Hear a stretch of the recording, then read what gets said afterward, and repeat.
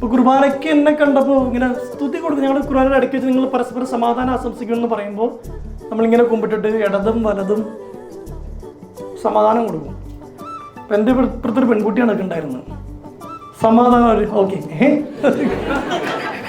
ഇങ്ങനെ നോക്കും. ഇപ്പം ഞാൻ അവരെ നോക്കിയിട്ട് പിന്നെ ഞങ്ങളവൻ അങ്ങോട്ടും ഇങ്ങോട്ടും വരും. മറ്റേ മഹേഷിൻ്റെ പ്രതികാരത്തെ ജനഗണമന പാട് നോക്കില്ല ഇങ്ങനെ ഇടയ്ക്ക് എന്നോട് ഇങ്ങനെ ഞാൻ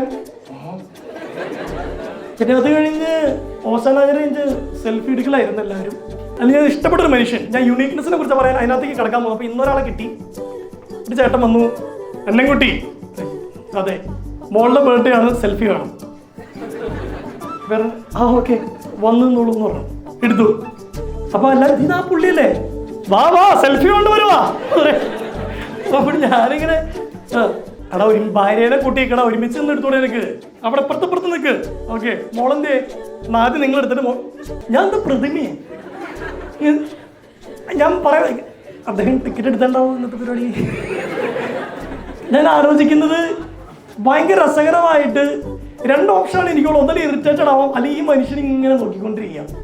അയാൾ ഇങ്ങനെ വളരെ സ്നേഹം എല്ലാവരും വിളിച്ച് ഫോട്ടോ എടുപ്പിക്കുക. വെരി വെരി യൂണീക്ക് മനുഷ്യൻ.